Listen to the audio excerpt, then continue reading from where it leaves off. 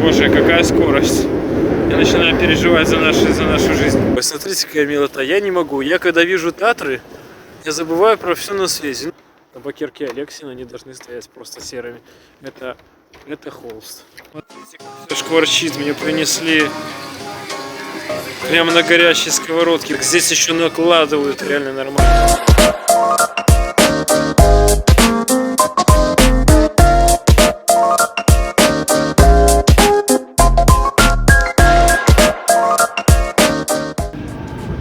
Привет, с вами белорусский урбанист. Многие в комментариях про Киев указывали на мои неточности в рассказах, говорили, что надо хотя бы погуглить. Я действительно здесь проездом и не всегда успеваю в должной мере узнать о местах, и чтобы исправиться, и вообще, как бы, чтобы лучше узнать город, я рад пригласить эксперта по Киеву, хорошего человека, транспортника, но он сам себя представит. Привет всем, меня зовут Даниил Шевченко, я член Киевского транспортного сообщества, российская группа в Фейсбуке. Также я киевлянин, украинский еврей, очень люблю свой город. Сейчас вы увидите рассказ о городе, а также о киевском транспорте, всякие такие детали, которые туристы обычно не знают и никогда не узнают. Но вы сейчас их увидите. Сейчас мы находимся на территории сквера. Раньше тут находились мафы, вообще была ужасная обрыганная помойка, но как видите, сейчас тут посадили деревья. Вот этот сквер, кстати, тоже входит в проект реконструкции, но его уже в принципе сделали. А сзади меня находятся трамвайные линии.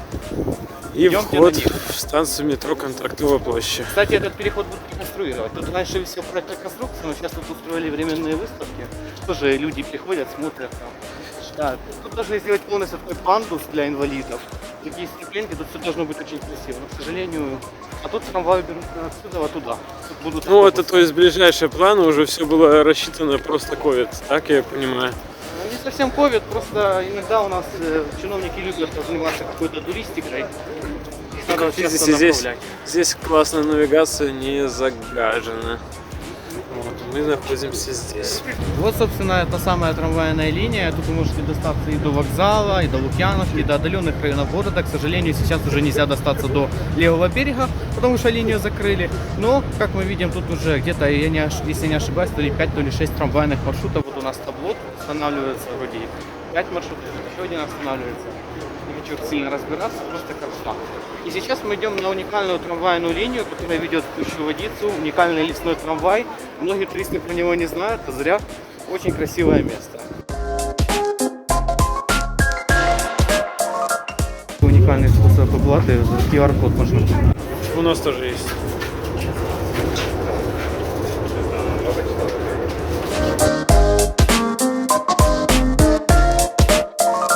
Валидаторы уже с счетчиком QR-кода, да. Сейчас мы идем в трамвай номер 12. Этот трамвай едет с Контрактовой площади до Пущи-Водицы, до леса, до парка. Там уникальный парк. Сейчас мы проезжаем улицами Подола. Тут куча кафешек всяких интересных. Там неформальных, нормальных кафешек, оригинальных очень много. Сейчас мы проезжаем верхний и нижний вал. Вот этот дом-монстр, его уже приняли решение сюда его снести, но никак не снесли.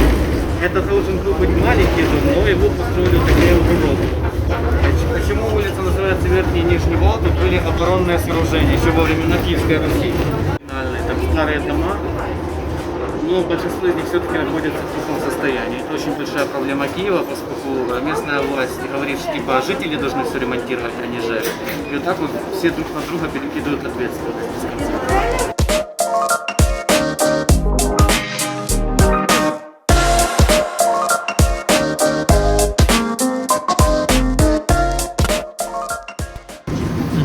Сейчас мы проезжаем по улице Киевская. Это одна из самых долгих по протяженности исторических улиц города Киева. Раньше эта часть улицы называлась Выжерская, потому что по этому пути ехали из Киева вверх на Подола и до Вышгорода. Эта улица, тут находится трамвайная маршруты, много трамвайных маршрутов. Но, к сожалению, данная улица находится в ужасном состоянии. Трамвай качает, трамвай вибрирует, потому что в школе тут последний раз ремонтировали в 60-м или 70-х годах. Также мы сейчас проедем в такую историческую местность, как Куреневка, которую иногда называют районом утопленников. Вот это Кирилловская церковь, одна из памяток ЮНЕСКО, стадион «Спартак». Яры в свое время это место расстрелов массовых евреев и советских военнопленных. Советская власть на этом месте решила устроить склад, я даже не сказал, какое-то озеро отходов производства кирпичей, так называемый пыль. Они построили земляную дамбу. Эту земляную дамбу в 1961 году прорвало и затопило весь этот район. Моя бабушка была свидетелем этой трагедии. Она ехала с своими родителями на трамвае в детский садик. Она помнит, что внезапно водитель трамвая начал сильно разгоняться. Они стояли на остановке, и какой-то мужчина хотел забежать, и в двери голову зажал. Такое было. Они резко. Потом она возвращалась другим путем. Вот это тут все было затоплено, трамвайное депо, мы его сейчас поедем, тоже было затоплено, там очень много людей погибло, там памятник стоит из трамвайного депо. Трамвай вот так вот смыло вот туда далеко. Многотонные трамваи. Тут стояло где-то от метра и больше вот этого пульпу, она затвердела. Вот это Подольское трамвайное депо, мы тут в местном среде транспорта, как его называем, пещерное депо, поскольку это депо не эксплуатирует никакого другого подвижного состава, кроме Татра Т3 СИКС. Они почему-то не хотят уметь эксплуатировать электронику. Украина. Ну ты посмотри, машина впереди едет. Я говорю про анархию. Знаешь, додуматься, блин, стопы от этой грязи едет. О, и опять сзади едет. тоже едет. Ну вот мне нравится больше по грязи ездить с трамваем на выделенке, чем на дороге. О, еще один. Боже мой. Украина. Вот должна быть такая либертарианская, анархическая Мексика, одна хотя бы на регион. Не, ну это... Ой, я балдею. Можно как поменять, как он изменился, в принципе. Он изменился, сейчас увидишь, чем. Это блошиный рынок, а то Куреневский рынок, зоорынок, который уже давно не зоорынок. Тут торгуют всякой всячиной, уже, конечно, в меньших масштабах, потому что на этой площади провели реконструкцию в этом году. Здесь раньше тут была ужасная помойка, то теперь тут вот эти заборы украинской школы урбанистики. Но прикол в том, что коммунальщики хотели еще эти заборы поставить вместо этих кустов. Это мы, местные активисты, добились того, чтобы вот на дорожках поставили не вот эти уродские заборы, а насадили кусты. Раньше тут была ужасная помойка. О, смотрите, какой прекрасный дом. Мопит просто отдыхает.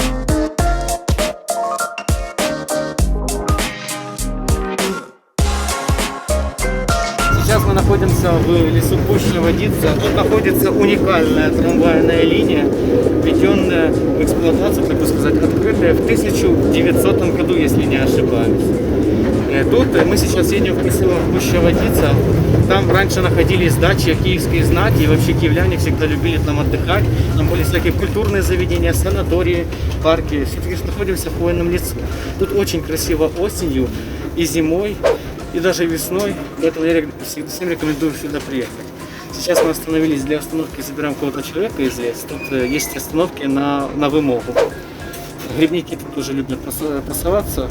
Грибы насобирают и садятся в трамвай. Видите, как удобно, уникально. Боже, какая скорость. Я начинаю переживать за нашу жизнь. Самое удивительное, тут в поле находится еще более ужасное состояние, но тем не менее трамваи тут очень редко сходят с поля. Зато на Подоле там очень часто.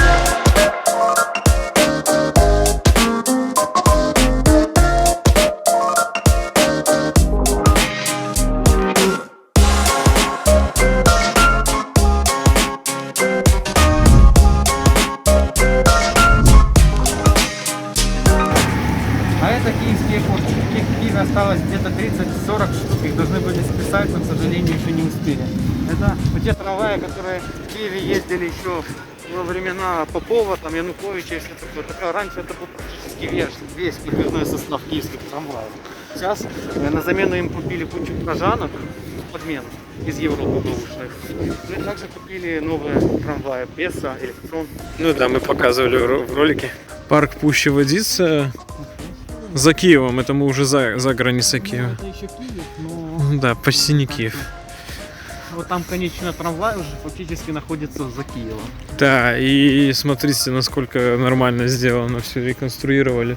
Этот парк сделали буквально недавно, в 16-17 году. Раньше это все было тоже неухоженное, освещения не было нормального. Лавок не было, такие уникальные лавки, называется антивандализм. Такая уникальная система. А как она... Гранитные ну да. и урны поставили. там кучу скульптур понастраивали. Ну вот как я еще раз повторюсь, что то, что сейчас Украина в целом выглядит более неблагоустроенной Беларуси, это я считаю, что ненадолго, так как у нас уже в принципе давно не занимается благоустройством, да и совок достиг своего какого-то верха, подкрасить, подмазать, а здесь реально занимаются какой-то реконструкцией более качественной, как я вижу, чем даже в Беларуси. Кстати, о совке. Вот видите, это все газоны. Это все реально посаженные газоны, но нигде нету надписей «Не ходить, не ступить, Да. ходить и отдыхать». И, кстати, я вижу, что листья не убрали с травы. Листья не убирают с травы. Да, потому что это никто не белит тут деревья, как видите, да? Тоже вот этого совкового парадка, который уничтожает природу, и фауну нету. Кормильниц, кормушки для белочек. Тут, Да, прям как и в Гомельском парке, вот один из самых красивых парков Беларуси, там белочки тоже. Мы сейчас идем к деревянному мостику, его тоже недавно сделали, но его там не совсем отреконструировали, скорее всего, больше покрасили, сделали поточный ремонт, но тем не менее парк реально преобразился. Обычно летом или осенью тут очень много людей, там спортивная площадка, детская площадка. Тут, судя по всему, место для заседаний тайного мирового правительства и крупного олигархата. Я не знаю, почему здесь так лавочки расставили, но это прикольно.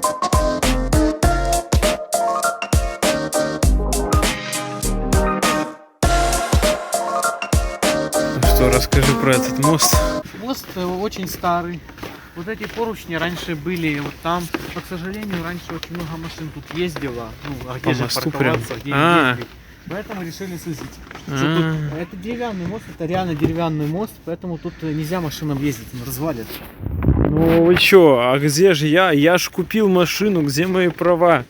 Я ж для что я своего корча тут? Да. Ну, Да. тоже недавно сделали, раньше он был еще более неухоженный, тут вообще все было ужасное, даже не было вот этой морилки. К сожалению, он тоже сейчас тоже приходит в упадок. Надо тоже делать полный ремонт и замену всего дела. Но мост очень старенький, он даже в некоторых фильмах снимался. А это озеро Грачиха, утки, которые тут всегда обитают. Тут еще очень много рыбаков всегда там сидит, там специальные лавки для них есть, вот, для рыбаков. А, вот, для рыбаков прям. Там еще примечательный такой мостик деревянный маленький. Да-да-да, вижу. Собственно, после моста этого деревянного начинается такая дикая часть парка. Кстати, там я уже вижу альтанки недавно поставили. Тут просто люди любят гулять, чтобы единиться с природой. Тут очень много старых дубов. В этой местности очень много старых дубов. Так бы сказать, от них заряжается такой энергетикой. Вообще тут очень прикольное место. Поэтому тот, кто хочет гулять по таким дорожкам обустроенным, ходит там. Тот, кто хочет еще больше с природой поуединяться, ходит сюда. Помимо реконструкции парка у нас тут еще поставили такие уникальные деревянные скульптуры. Даже если не ошибаюсь, какая-то полесская тематика, поскольку мы сейчас находимся в лесу, это уже теоретически Полесье начинается. Дерево життя называется. Еще водится 2016 год. И резьба такая. Сейчас современное искусство в дереве. Ой, смотрите, какая милота. Я не могу. Я когда вижу Татры, я забываю про все на свете. Ну, не считая. Я только свою любимую не забываю, а так все время про Татры думаю. Во-первых, это вечный трамвай. Во-вторых, он имеет такой уникальный, такой красивый и вообще даже до сих пор актуальный дизайн. Это просто гений, кто его придумал, этот трамвай. Ой, что это такое? А это, похоже, какая-то тоже скульптура какого-то духа, мне кажется, что написано. Ну она, короче. Да. Вот такие у нас вольности. Он еще Вольности. тоже... А как же комиссия по этой... Да. По этике? А это что, он? Ладно, не будем же. Это он. Східна красуня. Это красуня, ну цікава красуня. А, все, зрозумів, вон вверху. Авангардизм какой-то. Какая-то красуня, а сзади настоящая красуня. Татра Т3. Лучший в мире трамвай. Шкварчит, мне принесли прямо на горящей сковородке. Вот что отличает Беларусь от Украины, что здесь мало того, что гораздо лучше развитый сервис, так здесь еще накладывают реально нормально, не по-жлобски. Это дело и суп, еще что-то должны принести, но 85 гривен как 8 рублей, да. Где вы такое видели? В центре историческом Киева. Ну вот как-то так. Вот и повечерело, а мы сейчас находимся на улице Петра Тараса Гайдачного, который идет от Контрактовой площади. Буквально недавно эта улица стала пешеходной, но я никак не дождусь, когда тут наконец-то произойдет реконструкция. После реконструкции вот тут вот посередине, вместо вот этой дороги, посадят деревья, тут будут летние террасы, все будет очень красивое. Но, к сожалению, пока что руки местной власти до этого не доходят. Но при этом, даже без реконструкции, данная улица уже преобразилась достаточно. После того, как ее сделали пешеходной, тут открылось очень много всяких кафешек, рестораншек. Видите, такая декоративная подсветка. Она меня просто поражает. Мне Даниил показал видео из центра Минска, я прям удивился, потому что у вас, казалось бы, тоже какие-то там широкие улицы, там вроде тоже много, большие тротуары, но нету вот этого ощущения живого города. Ну а сейчас мы находимся на улице Покровской, идем в направлении Андреевского узвоза. На данной улице в этом году закончили реконструкцию. Давайте посмотрим, как она, что она сделала. Ну, плитку хорошую тоже, нет сомнений. Даже переход, как видите. На улице раньше был асфальт, сейчас положили брусчатку. Переход оформили вот именно такой плиточкой. Переход оформили плиточкой, потому что разметка с брусчатки всегда смывается. Поэтому, чтобы не обновлять постоянно разметку, сделали вот такой вот. К сожалению, вот этот рагулизм появился. Вот эти вообще не в тему вот эти опоры. Снизу вообще вот есть кабельный канал называется, но все равно они развесили вот эти сопли по столбам, к сожалению. И, по сути, я не увидел смысла в их реконструкции. Они просто положили тут брусчатку, поменяли плитку, и на этом все закончилось, к сожалению. Ну и деревья чуть посадили. Я хотел бы, чтобы тут как в оригинальном проекте были светильники черные, подходящие сюда. И чтобы не было таких соплей. Это визуальный мусор. Это недопустимо в центре города. Это одна из красивейших улиц Киева. Это старая архитектура. Чего они тут эти сопли повесили, я не понимаю. Ну а сейчас идем на Андреевский спуск. О, посмотрите, как красиво смотрится на верхнем берегу. Духовные скрепы, как же без них. Да, духовные скрепы. Сейчас мы начинаем подниматься в центр города по Андреевскому спуску. Вот видим знак про механические перешкоды. Совсем недавно этот спуск стал пешеходным, слава богу. А вот это мы видим уникальные дома в стиле модернизма. Обратите внимание на вот эти оконные рамы. Это на самом деле очень уникальные дома. Такие в Киеве не часто встретишь. Тут такой целый квартал интересненький. Ну идем, поднимаемся наверх.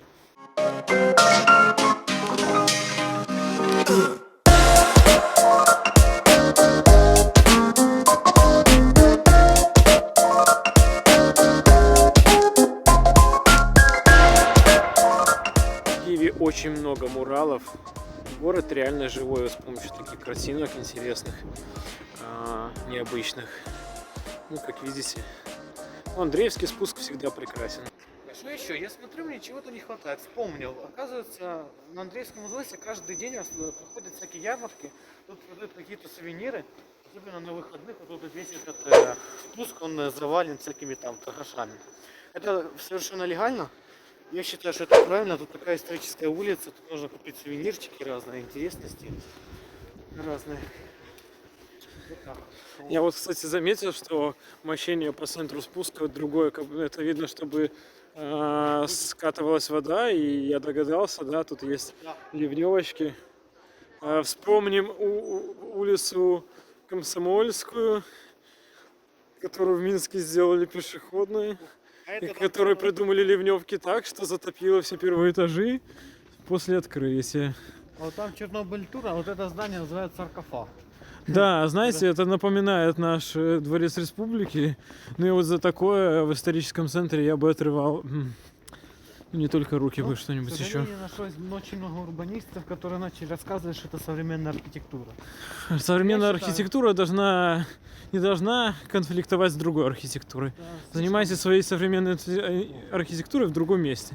Ну, как видите, к сожалению, тут вандализм и визуальный мусор очень много где в Киеве. Даже в таком флагмане историческом месте от этого не избавились. И вот здесь вот то же самое.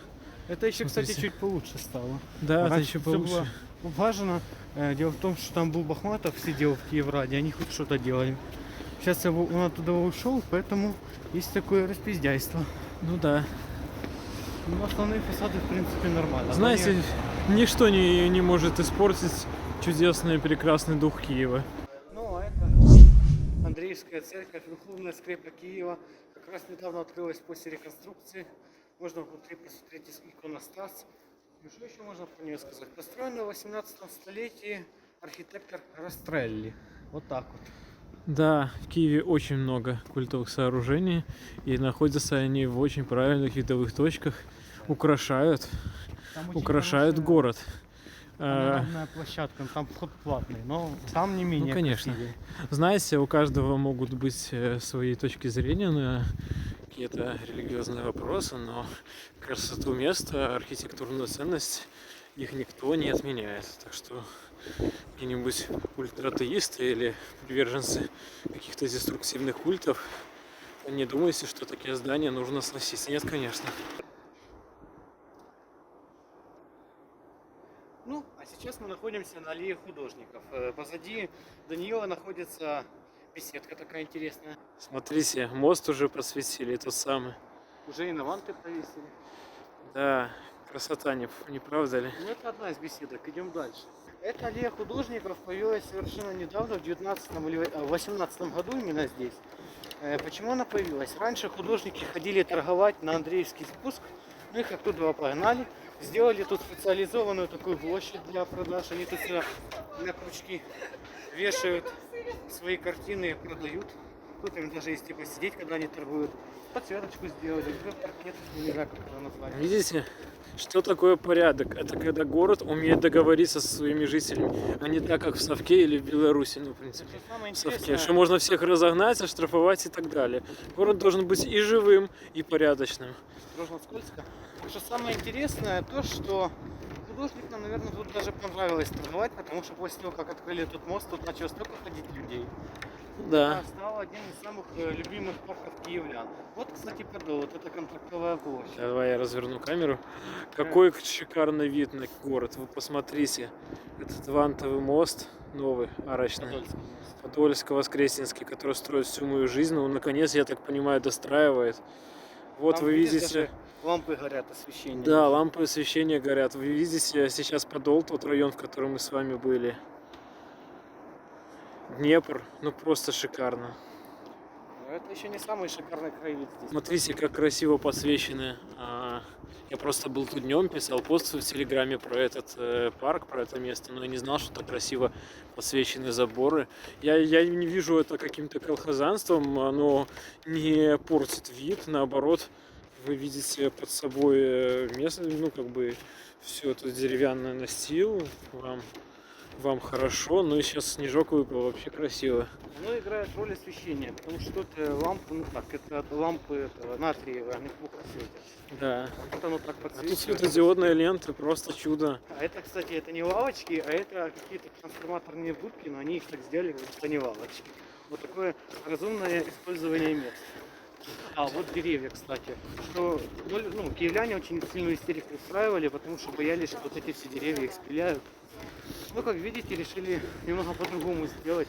Сохранили природу. Тут, кстати, очень много белочек ходит. Тут тоже водяных тих.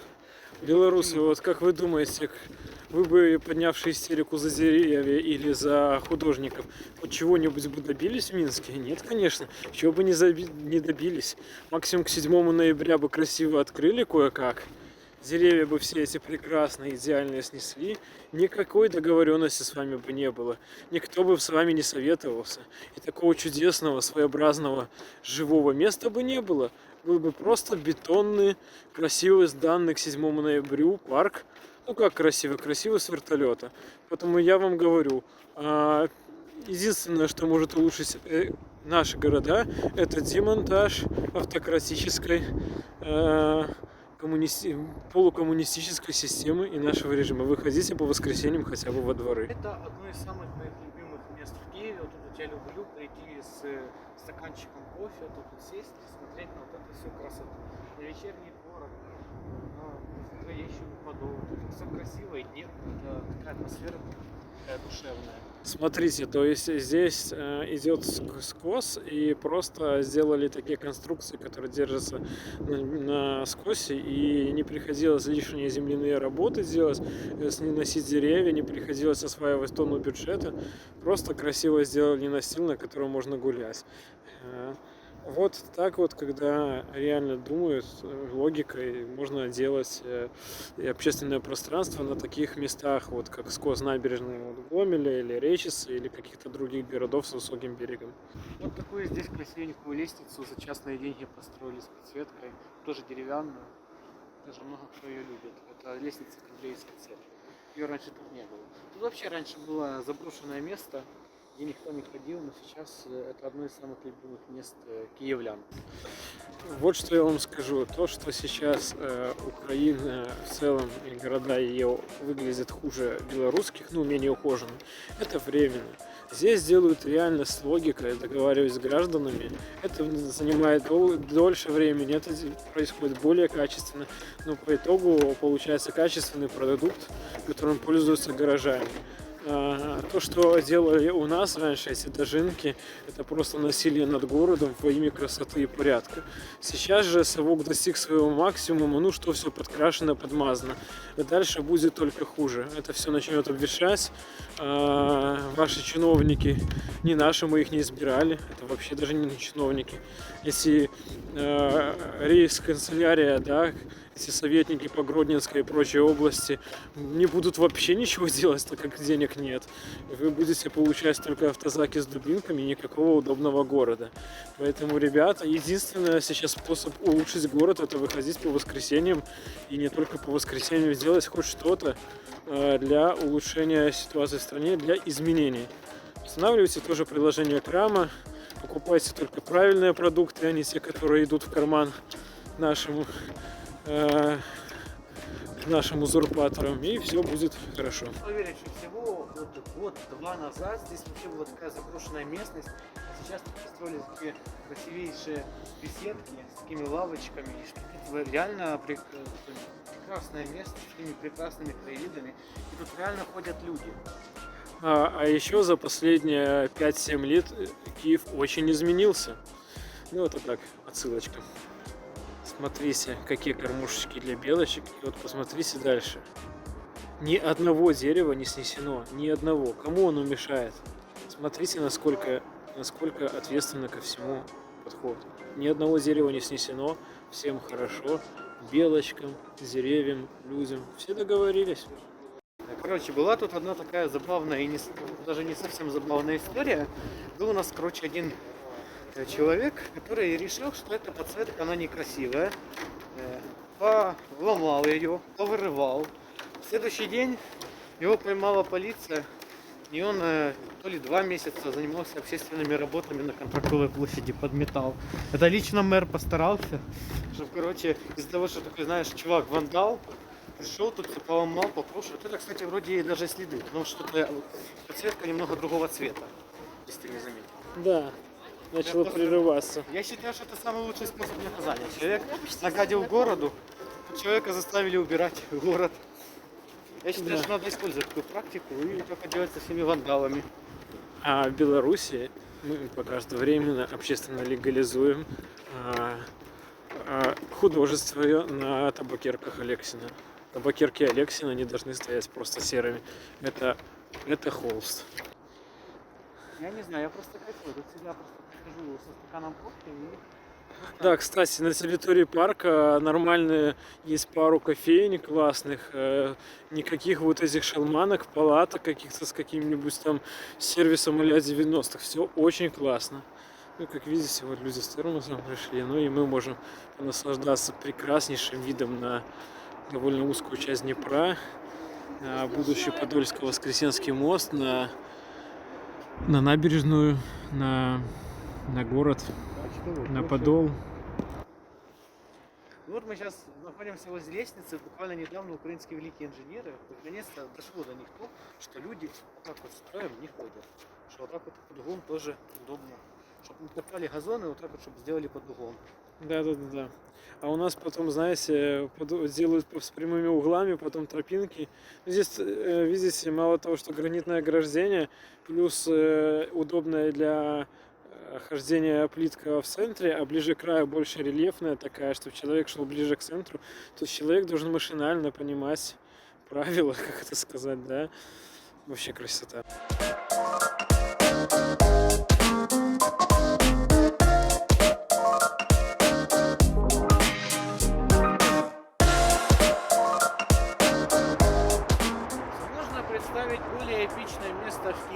Стоит князь Владимир с подсвеченным крестом, смотрит на Киев. Посмотрите на эти величайшие, считаю, краевиды Днепра, пешеходного моста, Подольского моста и левого берега, а также острова.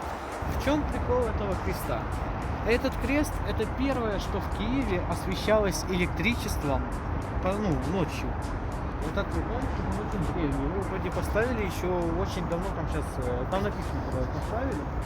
Но прикол в том, что это такой памятник, он такой эпохальный, я считаю, эпичный. Он как раз тут и должен был всегда стоять. Еще существует, кстати, городская легенда, что тут сховано какое-то жерло воды, извиняюсь, уже не могу рассказать. Нормально. И что этот памятник всегда боялись снести, потому что боялись, что прорвется это жерло и затопит весь Киев. Ну, такая городская Даже легенда. коммунист, смотрите, то есть никакой незаконной торговли, никаких палаток в парке, просто красивая кофейня. Ну и вот тут фонтан еще перед мостом новым. Это новый фонтан, его построили в 19 году. Ну так. Это всяких таких, он очень красивый летом, там подсветка, если очень красиво Ну и льется. одно из того, что нужно всегда в городе создавать, это какие-то новые точки притяжения, новые достопримечательности. Одним из них является вот этот новый пешеходный мост с фантастическими видами. Сейчас вы можете вдали видеть арку дружбы народов, которая так визуально треснута, что поставили ее в честь дружбы между народами России и Украины. Я не знаю, кому навязывают вообще, постоянно нам навязывали в советское время, да, что они нам какие-то братья. Ну, братья они очень условные, даже сводными не могли бы быть.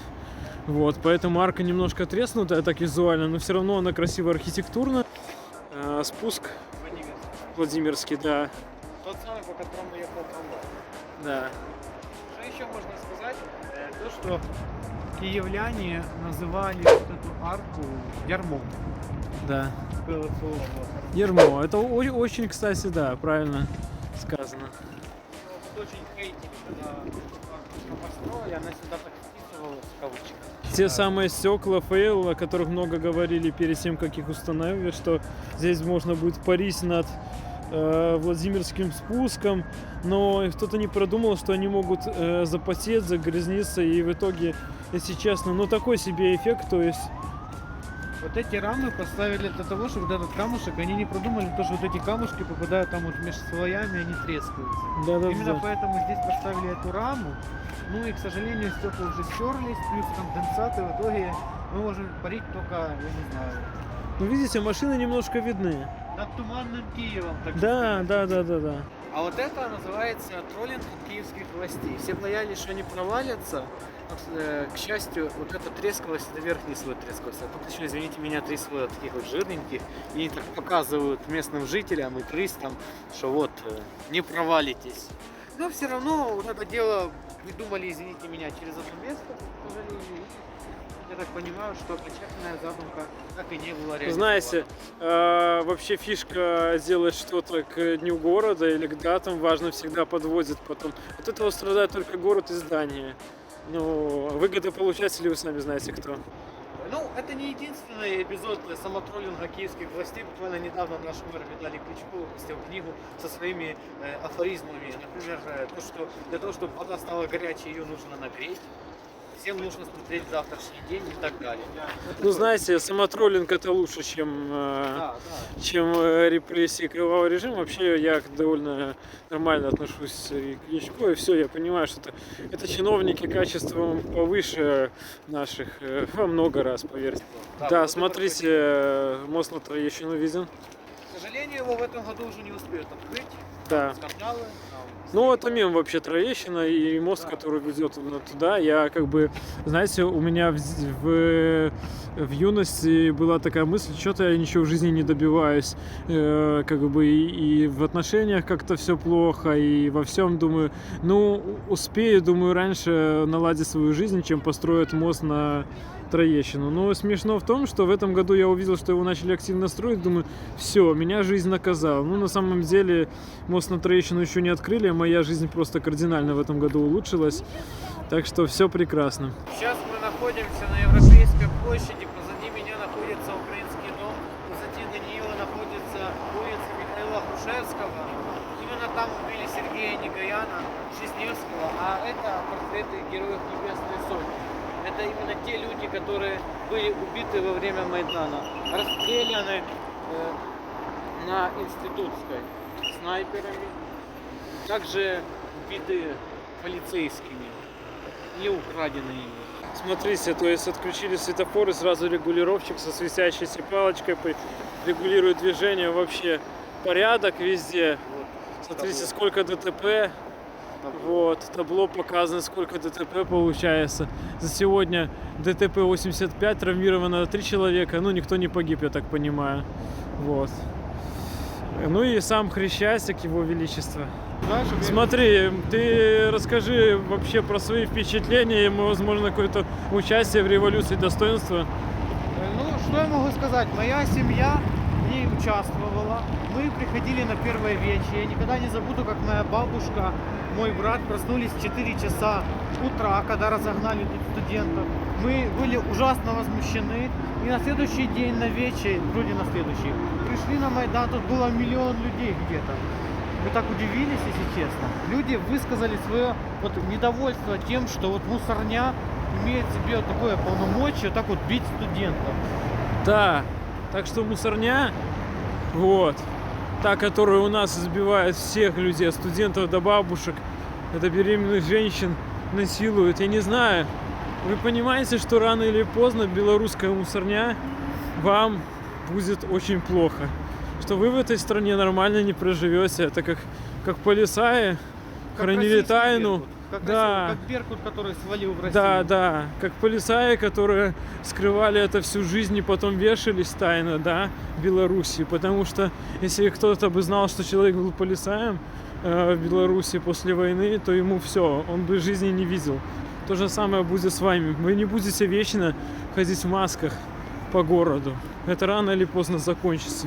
Ваши все фамилии и адреса уже давно есть в базах карателей, поэтому рано или поздно мы начнем добиваться и хорошего города, хорошей жизни, а вот вам придет пизда, текайте с городу.